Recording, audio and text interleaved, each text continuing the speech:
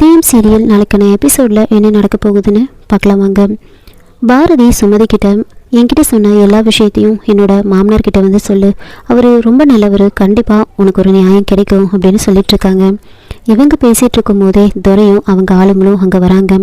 துரை சுமதியை கூட்டிகிட்டு போய் அதே குடோனில் அடைச்சி வைக்க சொல்கிறாங்க. துரை பாரதி கிட்ட, என்ன பாரதி, இப்போ உனக்கு என்ன தோணுதுன்னு நான் சொல்லட்டுமா? நேராக போயிட்டு எல்லா விஷயத்தையும் அவங்க கிட்ட சொல்லி இந்த கல்யாணத்தை எப்படியாவது நிறுத்தணும் அதானே நினைக்கிறேன். நீ அப்படி மட்டும் நீ சொன்னேன்னு வச்சுக்கோ, உன் பொண்ணு உனக்கு உயிரோடு கிடைக்க மாட்டா. என்ன பார்க்குற, உன் பொண்ணை நான் தான் கடத்தி வச்சுருக்கேன். உன் பொண்ணு உனக்கு உயிரோடு வேணும்னா இந்த உண்மையை நீ யாருக்கிட்டையும் சொல்லக்கூடாது. கல்யாணம் வரைக்கும் அமைதியாக இருக்கணும். அப்படி மட்டும் ஏதாவது நீ பண்ணணும்னு நினச்சேன், உன் பொண்ணை கொன்று வீசிட்டு போய்கிட்டே இருப்பேன். நான் உன்னை பொண்டாட்டியாக எப்போவும் நினச்சிட்டேன். நான் உன்னை கல்யாணம் பண்ணியே ஆகணும், அதுக்காக நான் என்ன வேணாலும் பண்ணுவேன் அப்படின்னு சொல்கிறாங்க. அதை கேட்டு பாரதி தமிழுக்காக என்ன பண்ணுறதுன்னு தெரியாமல் அமைதியாக இருக்காங்க. நேராக ரூமுக்கு போய் பயங்கரமாக அழுதுட்ருக்காங்க.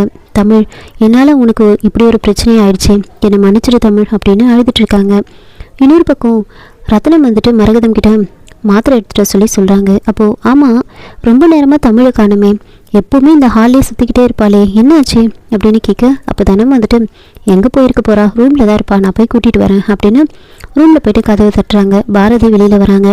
அப்பா தமிழை கேட்குறாரு, கூட்டிகிட்டு வா அப்படின்னு சொல்லிட்டு வராங்க. பாரதி அப்படியே நடந்து வந்துட்டுருக்காங்க.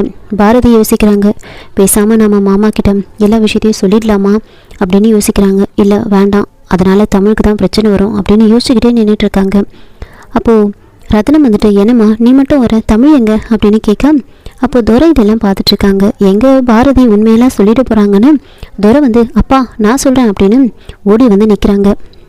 துரை ரத்னம் கிட்ட, பாரதி தான் தமிழை அவங்க அம்மா வீட்டில் கூட்டிகிட்டு போய் விட சொல்லிச்சு, அதனால தான் நான் தமிழை கூட்டிகிட்டு போய் விட்டுட்டு வந்தேன், என்ன பார்த்துட்டே இருக்கீங்க சொல்லுங்கள் அப்படின்னு பாரதியை சொல்கிறாங்க. பாரதியும் வேறு வழி இல்லாமல் ரத்னம் கிட்ட பொய்யா ஒரு காரணத்தை வந்து சொல்கிறாங்க.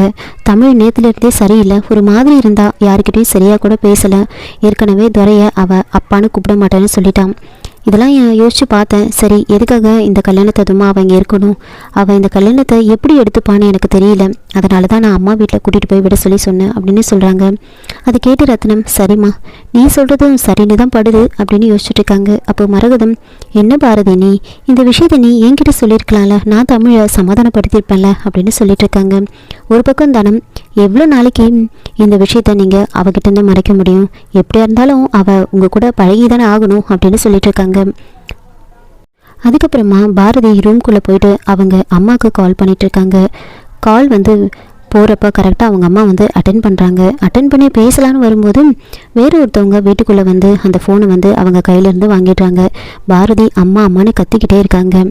துரை வந்து ரூம்குள்ளே வராங்க. என்ன பாரதி, யாரும் எதுவும் பேசலையா? உங்கள் வீட்டில் இருக்குது என்னோட ஆளுங்க, உங்கள் அம்மா அப்பாவை இப்போது என்னோட ஆளுங்க ரவுண்டப் பண்ணிட்டாங்க, அவங்களால எதுவுமே பண்ண முடியாது அப்படின்னு சொல்ல பாரதி அம்மா அம்மானு கத்திக்கிட்டே இருக்காங்க. உனக்கு வேணும்னா சந்தேகம்னா ஃபோன் எப்படி கொடு, நான் சொல்கிறேன் அப்படின்னு சொல்லிட்டு துரை பேசின உடனே அவங்க ஆளுங்க அந்த பக்கத்துலேருந்து பேசுகிறாங்க. கேட்டல அப்படின்னு சொல்லிட்டு அப்படியே பாரதியோட அம்மா கிட்ட பேசுகிறாங்க. உன் பேத்தி என்னோட கல்யாணத்தை நிறுத்தணும்னு பார்த்தா, அதான் அவளை நான் கடத்தி வச்சுட்டேன் அப்படின்னு சொல்லி எல்லா விஷயத்தையும் சொல்கிறாங்க. அதை கேட்டு அவங்க, கண்டிப்பாக இந்த கல்யாணத்தை நான் நடத்த விட மாட்டேன், நான் போலீஸ் ஸ்டேஷனுக்கு போவேன் அப்படின்னு சொல்லிட்டு இருக்காங்க. உடனே தூரம் வந்துட்டு அவங்க ஆளுங்க கிட்ட, அவங்களையும் வந்து அதே குடோனில் போயிட்டு அடைச்சி வைங்க, ஆளாளுக்கு ஒரு இடத்துல வந்து அவங்க எல்லாரையும் அடைச்சி வைங்க, கல்யாணம் வரைக்கும் அவங்க வெளியே வரவே கூடாது அப்படின்னு தூரம் அவங்க கிட்ட சொல்கிறாங்க. இதெல்லாம் கேட்டு பாரதி எதுவுமே பண்ண முடியாமல் அமைதியாக நின்றுட்டுருக்காங்க. எல்லாரையும் லாக் பண்ணியாச்சு, இன்னும் கொஞ்சம் நேரத்தில் அந்த ஆதியையும் என்னோட ஆளுங்க வந்து தூக்கிடுவாங்க, அதுக்கப்புறம் இந்த கல்யாணத்துக்கு தடையே கிடையாது, இந்த கல்யாணம் நடக்கிற வரைக்கும் உன்னாலையும் எதுவும் பண்ண முடியாது, மீறி ஏதாவது பண்ணணும்னு நினச்சே அவ்வளோதான், தமிழை நீ உயிரோடு பார்க்க முடியாது அப்படின்னு சொல்லி மிரட்டிட்டு தூரம் அங்கேருந்து போகிறாங்க. இதோட இந்த எபிசோடை வந்து முடிச்சிருக்காங்க. என்னோட ரிவ்யூ பிடிச்சிருந்தால் லைக் பண்ணுங்கள், மறக்காமல் சப்ஸ்கிரைப் பண்ணுங்கள். தேங்க்யூ.